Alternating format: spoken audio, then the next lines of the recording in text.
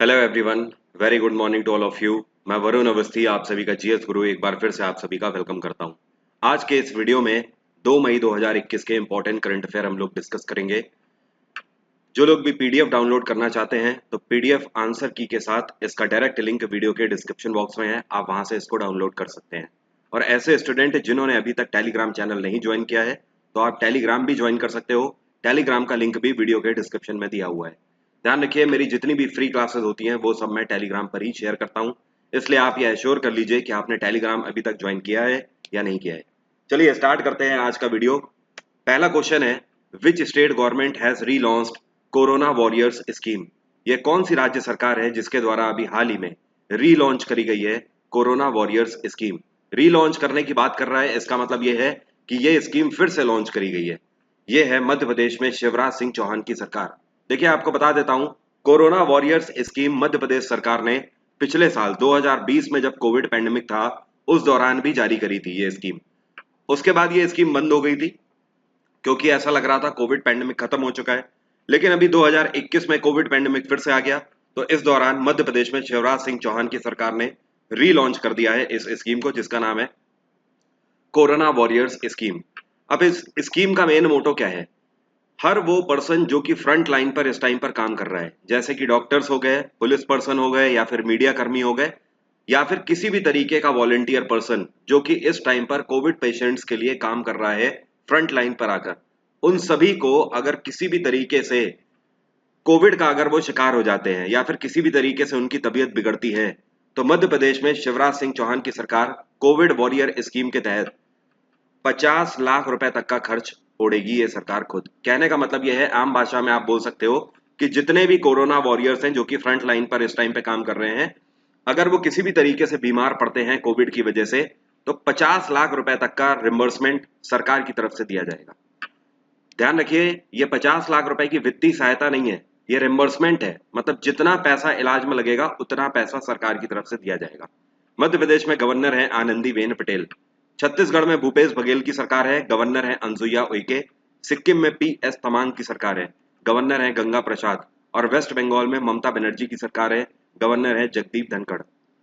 अगला क्वेश्चन है, which country has announced a season of coal production by 2049।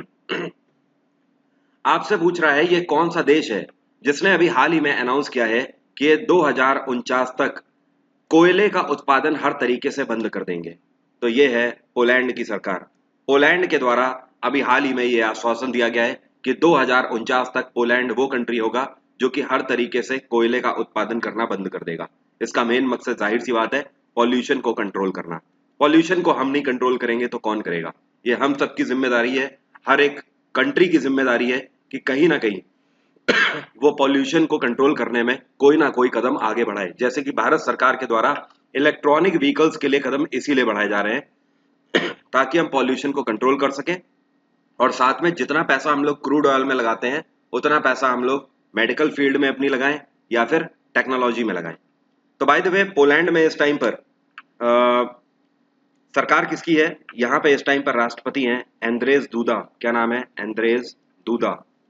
Poland की capital है वर्सा, और यहाँ पर करेंसी चलती है जुलॉटी। इसको क्या बोलते हैं? जुलॉटी यहाँ पर चलता है। स्वीडन की कैपिटल है स्टॉकहोल्म। अल्जीरिया की कैपिटल है अल्जियर्स। और घाना की कैपिटल है अक्र। और पोलैंड आपको पता है ना, एक यूरोपियन कंट्री है। अगला क्वेश्चन है, as per the brand finance insurance 100 report for 2021 which company has topped as the world's most valuable insurance company. आपसे कह रहा है, फिनेंस इंश्योरेंस 100 रिपोर्ट ऑफ 2021 जारी करी गई है।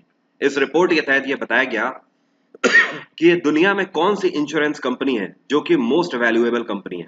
तो आपको ध्यान रखना है, इस कंपनी का नाम है ping an insurance company. Ping an insurance company एक चाइनीज कंपनी है।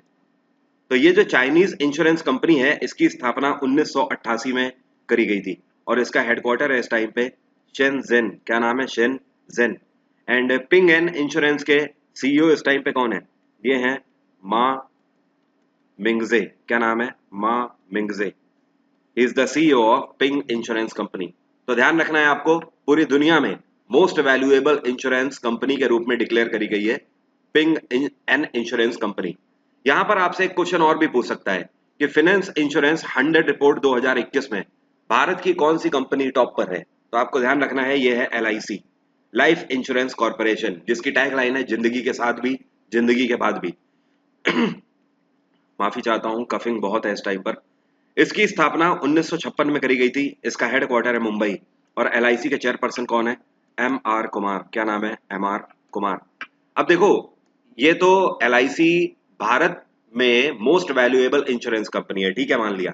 लेकिन अगर आपसे पूछता है इसी इंडेक्स में LIC ने कौन सी रैंक सिक्योर करी है, जैसे पिंग एंड इंश्योरेंस नंबर 1 पे रही, वैसे ही LIC ने 10th रैंक सिक्योर करी है, 10वीं रैंक। अगला क्वेश्चन है, world's longest pedestrian suspension bridge recently started in which country? क्वेश्चन का मतलब यह है कि दुनिया का सबसे लंबा पैदल चलने वाला ब्रिज अभी हाल ही में लॉन्च किया गया है। इसको लॉन्च किया गया है कौन से देश में? तो ध्यान रखिएगा, इसको पुर्तगाल में लॉन्च किया गया है, ठीक है। अब एक चीज ध्यान रखो, ये जो ब्रिज है इस पे सिर्फ और सिर्फ पैदल यात्री ही चल सकते हैं, कोई गाड़ी नहीं चल सकती। पहली बात, इस ब्रिज की लंबाई कितनी है? तो आपको ध्यान रखना है 516 मीटर लंबाई ये ब्रिज है। तीसरा क्वेश्चन, ये जो ब्रिज बना हुआ है ये कौन सी नदी के ऊपर बना हुआ है? तो इसके नीचे कौन सी रिवर है? इसको बोलते हैं पैवा रिवर। क्या बोलते हैं? पैवा नदी। पैवा नदी के ऊपर है। और नदी से अगर ऊंचाई की बात करी जाए, ये कितनी ऊंचाई पर ये ब्रिज बना हुआ है? तो नदी से 175 मीटर इसकी ऊंचाई है। तो आप समझ गए ना, 175 मीटर ऊंचाई पैवा नदी से और 516 मीटर ये लंबाई है इस ब्रिज की, जो कि दुनिया का सबसे लंबा पैदल यात्रियों के लिए ब्रिज अभी हाल ही में बन चुका है। पुर्तगाल की कैपिटल क्या है? लिस्बन। UAE की कैपिटल है अबू धाबी। नीदरलैंड की कैपिटल है एम्स्टरडैम। टर्की की कैपिटल है अंकारा। अगला क्वेश्चन है, we have observed international labour day 2021 on which date? अभी हाल ही में अंतरराष्ट्रीय मजदूर दिवस हम लोगों ने किस दिन मनाया है 2021 का? हर साल मई की पहली तारीख को अंतरराष्ट्रीय मजदूर दिवस के रूप में मनाया जाता है, इंटरनेशनल लेबर्स डे। इसका मेन मकसद यह है कि जो हमारी सोसाइटी के लेबर्स हैं उनको स्ट्रेंथ देने के लिए, उनको सशक्त करने के लिए हर सरकार को कदम उठाने चाहिए। तो पूरे वर्ल्ड में 1 मई का जो दिवस होता है, ये जो दिन होता है, इसको इंटरनेशनल लेबर डे के रूप में मनाया जाता है। अगला क्वेश्चन है, आपसे कह रहा है, recently Madame Tussauds has completed which countries president and vice president wax figure? Madame Tussauds जो कि दुनिया का एक ऐसा म्यूजियम है जो कि खुद के वैक्स फिगर बनाते हैं, मतलब मोम से बनने वाले फिगर बनाते हैं। तो इनकी खास बात क्या है? यही वैक्स फिगर्स। इनका हेडक्वार्टर है लंदन। तो आपसे क्वेश्चन यही कर रहा है कि मैडम तुसाद ने अभी हाल ही में कौन से देश के राष्ट्रपति और उपराष्ट्रपति का एक वैक्स फिगर कंप्लीट कर लिया है बनाकर? तो ये हैं अमेरिका के राष्ट्रपति जे बिडेन, कमाला हैरिस वहां की उपराष्ट्रपति हैं। तो दोनों का स्टैचू अभी हाल ही में बनाया गया, किसके द्वारा? मैडम तुसाद के द्वारा। मैडम तुसाद ने अनाउंसमेंट किया है कि इनका न्यूयॉर्क में जो म्यूजियम है वहां पर ये दोनों स्टैचूज रखे जाएंगे। और मैडम तुसाद के बारे में आपको इंटरेस्टिंग एक फैक्ट बताता हूँ। पहली बात तो ये कि इसकी स्थापना 1835 में करी गई थी। और मैडम तुसाद जिनके नाम पर बना हुआ है, एक्चुअली उनका जो रियल नेम था, इनका रियल नेम था मैरी ग्रॉसलॉज। यहाँ पर मैं लिखता हूँ ग्रॉस हॉल्ड्स। तो मैरी ग्रॉस हॉल्ड्स इनका नाम था। उसके बाद इनकी शादी जब हो गई तो इनका सरनेम बदल गया।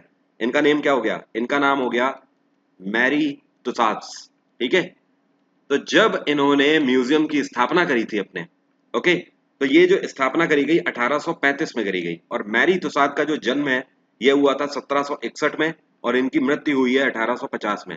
तो अपनी मृत्यु के 15 साल पहले, मतलब 1835 में इन्होंने मैडम तुसाद की स्थापना करी थी, ओके। तो मैरी की जगह मैडम तुसाद लगा दिया गया, ओके। तो दैट्स वाई, ये रीजन है इसके पीछे बेसिकली कि क्यों मैडम तुसाद इसका नाम है। जिनका ये म्यूजियम है, जिन्होंने स्थापना करी है, वो अब एक्चुअली इस दुनिया में नहीं है, ठीक है। उनकी फैमिली ही इसे संभालती है। यूएस की कैपिटल है वॉशिंगटन, फ्रांस की कैपिटल है पेरिस, रशिया की कैपिटल है मॉस्को, जॉर्जिया की कैपिटल है तिब्लिसी।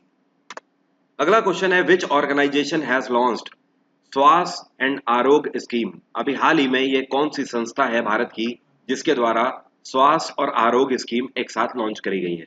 ये है सिडबी। सिडबी का फुल फॉर्म पता है? इसको बोलते हैं small industries development of India. तो small industries development of India के द्वारा स्वास्थ्य और आरोग्य स्कीम लॉन्च करी गई है। इसका मेन मोटो पता है क्या है? सिडबी के द्वारा फंडिंग करी जाएगी हमारे MSMEs को, मतलब छोटे और लघु उद्योगों को फंडिंग करी जाएगी। और ये जो फंडिंग करने का मेन मोटो है वो ये है कि जो हमारे एमएसएमईज हैं अब वो आने वाले टाइम पर ऑर्गेनिक ग्रोथ और कोविड पेशेंट्स की रिकवरी के लिए भी काम करेंगे। जैसे कि अब उनके काम क्या क्या होंगे समझ लीजिए। ऑक्सीजन सिलेंडर्स बनाएंगे हमारे एमएसएमईज, साथ में ऑक्सीमीटर्स बनाएंगे, और तीसरी चीज ऑक्सीजन कंसंट्रेटर्स बनाएंगे। तो ये तीनों चीजें अब एमएसएमईज के थ्रू बनवाएगी कौन? सिडबी। सिडबी इसके लिए फंडिंग कर रही है। सिडबी की स्थापना 1990 में करी गई थी। सिडबी का हेडक्वार्टर है लखनऊ। और अभी कुछ टाइम पहले तक सिडबी के चेयरपर्सन मोहम्मद मुस्तफा थे, लेकिन इनको कुछ टाइम पहले ही अभी हाल ही में सक्सीड कर चुके हैं। इनका नाम क्या है? इस टाइम पर सिडबी के चेयरपर्सन है शिवा एस रमन। क्या नाम है? शिवा एस रमन। सेबी की स्थापना 1990 में करी गई, आरबीआई की स्थापना 1935 में, और नाबार्ड की स्थापना 1982 में करी गई। नाबार्ड के चेयरपर्सन है गोविंद रजलू चिंताला, आरबीआई के गवर्नर हैं शक्तिकांत दास, और सेबी के चेयरपर्सन है अजय त्यागी। क्या नाम है? अजय त्यागी। अगला क्वेश्चन है, who has been appointed as the managing director and chief executive officer of Axis Bank for 3 more years? आपसे कह रहा है अगले 3 साल के लिए एक्सिस बैंक के एमडी और सीईओ के रूप में किसको अपॉइंट किया गया है? तो अमिताभ चौधरी अभी तक एक्सिस बैंक के एमडी और सीईओ थे। इनका कार्यकाल अगले 3 साल के लिए और बढ़ा दिया गया है। कहने का मतलब अमिताभ चौधरी अगले 3 साल तक और सर्व करेंगे एक्सिस बैंक के एमडी और सीईओ के रूप में। एक्सिस बैंक की स्थापना 1993 में करी गई थी। इसका हेडक्वार्टर है मुंबई। अगला क्वेश्चन है, NITI Aayog is ready to fund $4.6 billion in waste sector. अभी हाल ही में नीति आयोग ने स्पेसिफाई किया है कि बहुत जल्द सरकार की तरफ से $4.6 बिलियन की धनराशि दी जाएगी। कौन से सेक्टर को? तो सरकार प्लान बना रही है इलेक्ट्रॉनिक व्हीकल सेक्टर में $4.6 बिलियन ऐसी कंपनीज को देने जा रही है सरकार जो कि इलेक्ट्रॉनिक व्हीकल्स बनाने की ओर कार्यरत है, चाहे फिर वो टाटा हो या फिर कोई भी भारतीय कंपनी हो, मारुति हो, या फिर कोई ऐसी कंपनी जो कि भारत में इलेक्ट्रॉनिक व्हीकल्स के लिए काम कर रही है, जैसे कि टेस्ला वगैरह हो गई।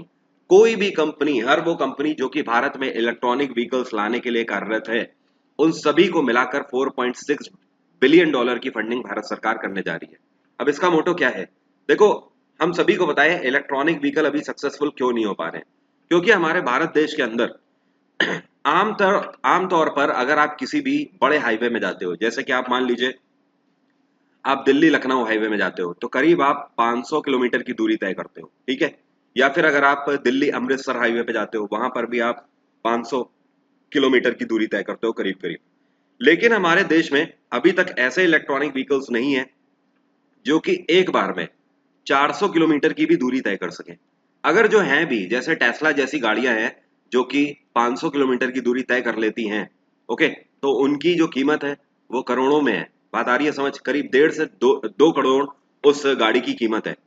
अब एक और यहाँ पर सबसे बड़ी प्रॉब्लम आ रही है क्या? जैसे टाटा जैसी कंपनीज अपनी नेक्सन जैसी गाड़ियों में बहुत एफिशिएंसी के साथ इलेक्ट्रॉनिक व्हीकल्स लॉन्च कर रहे हैं, लेकिन उनमें प्रॉब्लम क्या आ रही है? प्रॉब्लम यह आ रही है कि उनको 7 से 8 घंटे लग जाते हैं पूरी बैटरी चार्ज करने में। तो अगर कोई व्यक्ति 500 किलोमीटर की दूरी तय कर रहा है, चलिए मान भी लीजिए कि वो बीच में इलेक्ट्रॉनिक चार्जिंग स्टेशन पर रुक भी जाता है, तो अगर उसकी बैटरी चार्ज होने में 7 से 8 घंटे लग रहे हैं, देन तो उसकी जर्नी तो फिर 20 घंटे की हो जाएगी ना, फिर तो कोई मतलब ही नहीं बन रहा।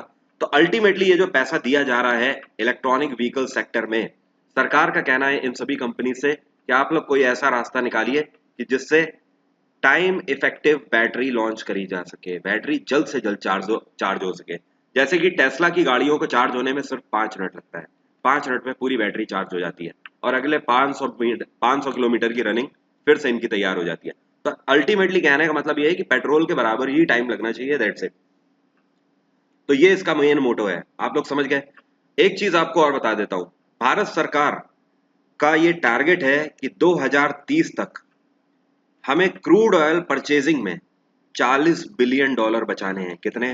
$40 बिलियन। जितने का हम तेल खरीद रहे हैं, मतलब तेल की खपत को हमें कम करते जाना है, उस पर कट डाउन करते जाना है, और $40 बिलियन बचाने हैं 2030 तक। ये टारगेट है अगले 8 से 9 सालों का भारत सरकार का, जिसकी वजह से भारत सरकार करीब $5 बिलियन निवेश कर रही है इलेक्ट्रॉनिक व्हीकल सेक्टर में।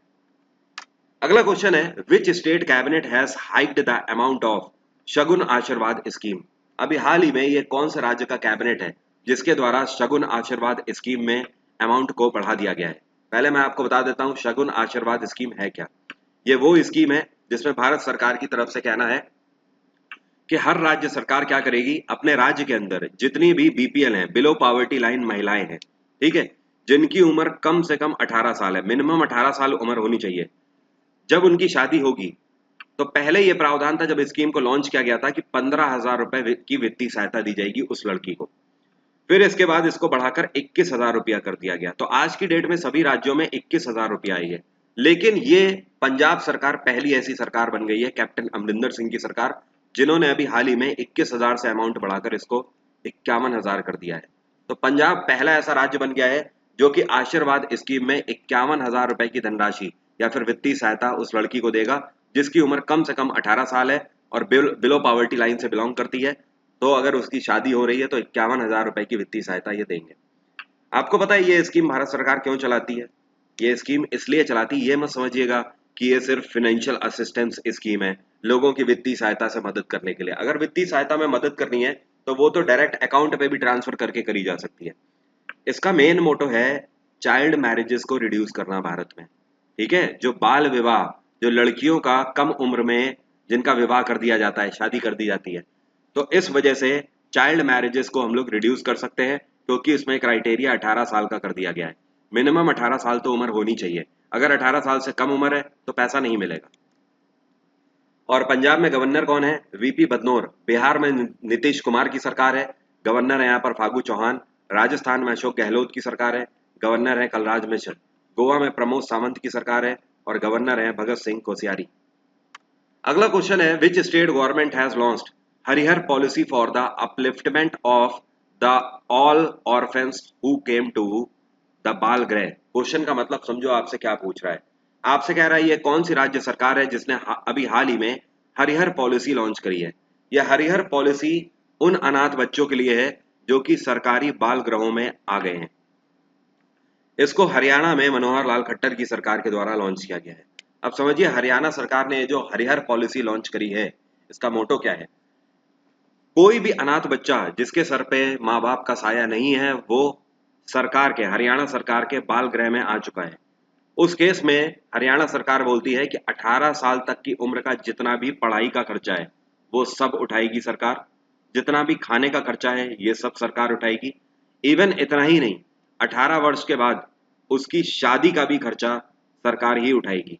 और साथ में, जी हाँ ध्यान रखिएगा, अगर वो 12th पास कर लेता है तो उसको ग्रुप सी या फिर ग्रुप डी की नौकरी दी जाएगी बिना किसी परीक्षा के। जी हाँ ध्यान रखिएगा, विदाउट एनी एग्जाम। इस पर मैं वीडियो भी दे चुका हूँ, पूरी पॉलिसी ऑलरेडी मैंने वीडियो पर दी हुई है, जाके देख लीजिए, यूट्यूब पे सर्च करिए हरिहर पॉलिसी बाई वरुण अवस्थी, तो देखिएगा उसमें मैंने आपको सारे प्रावधान बताए हुए हैं इस स्कीम के बारे में, अगर आप सब कुछ जानना चाहते हैं तो। कुछ कंडीशंस भी हैं, वो सब मैंने उस वीडियो में बताया हुआ है, एक बार देख लीजिए। और हरियाणा में गवर्नर कौन है? सत्यदेव नारायण आर्य। उड़ीसा में नवीन पटनायक की सरकार है, गवर्नर है गणेशी लाल। उत्तर प्रदेश में योगी आदित्यनाथ की सरकार है, गवर्नर है यहाँ पर आनंदीबेन पटेल। मध्य प्रदेश में शिवराज सिंह चौहान की सरकार है और गवर्नर यहाँ पर कौन है? ये हैं आनंदीबेन पटेल यहाँ पर भी। और आपको बता दूं हरिहर पॉलिसी में एक और चीज है, वो बच्चा अगर ग्रेजुएशन या पोस्ट ग्रेजुएशन कर लेता है तो आगे चल के वो ए ग्रेड और बी ग्रेड की भी नौकरियां कर सकता है। ए ग्रेड का मतलब like UPSC services, IAS PCS अधिकारी भी बन सकता है, और बी ग्रेड का मतलब इंस्पेक्टर वगैरह भी बन सकता है। लेकिन ध्यान रखिएगा, ए और बी ग्रेड की नौकरी करने के लिए ऐसा नहीं है कि उसको एग्जाम देना होगा, इन दोनों नौकरियों के लिए कम से कम रिटन एग्जाम पास करना ही होगा, ठीक है। अगला क्वेश्चन है, इनका नाम है सोली सोराबजी, जिनका अभी हाल ही में निधन हो गया। ये क्या थे? Chief election commissioner, army chief, attorney general of India या फिर आरबीआई गवर्नर। पहले तो मैं आपको बता दूं हर जगह पर इनका नाम सोली सोराबजी चल रहा है। बहुत कम ऐसे लोग हैं जिनको इनका पूरा नाम पता है। इनका पूरा नाम है सोली जहांगीर सोराबजी। क्या नाम है? सोली जहांगीर सोराबजी। इनका अभी हाल ही में निधन हो गया। आपको बता दूं ये भारत के अटॉर्नी जनरल ऑफ इंडिया रह चुके हैं। ये 2 बार अटॉर्नी जनरल ऑफ इंडिया रहे हैं, 1989 से 90 तक पहले, और उसके बाद 1998 से लेकर साल 2002 तक भारत के अटॉर्नी जनरल ऑफ इंडिया रह चुके हैं। इतना ही नहीं, माफ करिएगा, 2004 तक रहे थे, 2002 तक नहीं। और 2002 में इनको पद्म विभूषण से भी सम्मानित किया जा चुका है। आपको पता है इनको पद्म विभूषण से क्यों सम्मानित किया गया?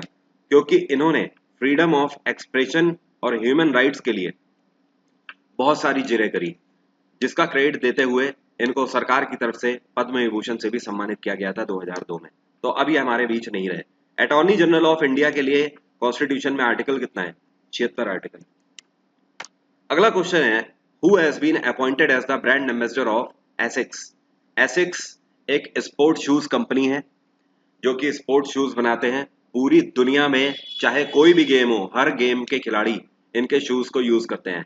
चाहे बास्केटबॉल हो, क्रिकेट हो, फुटबॉल हो, हर गेम में इनके फुटवियर्स आते हैं। तो एसिक्स ने अभी हाल ही में, इवन आपको बता दूं, पूरी दुनिया का सबसे महंगा शू ब्रांड ये माना जाता है एसिक्स।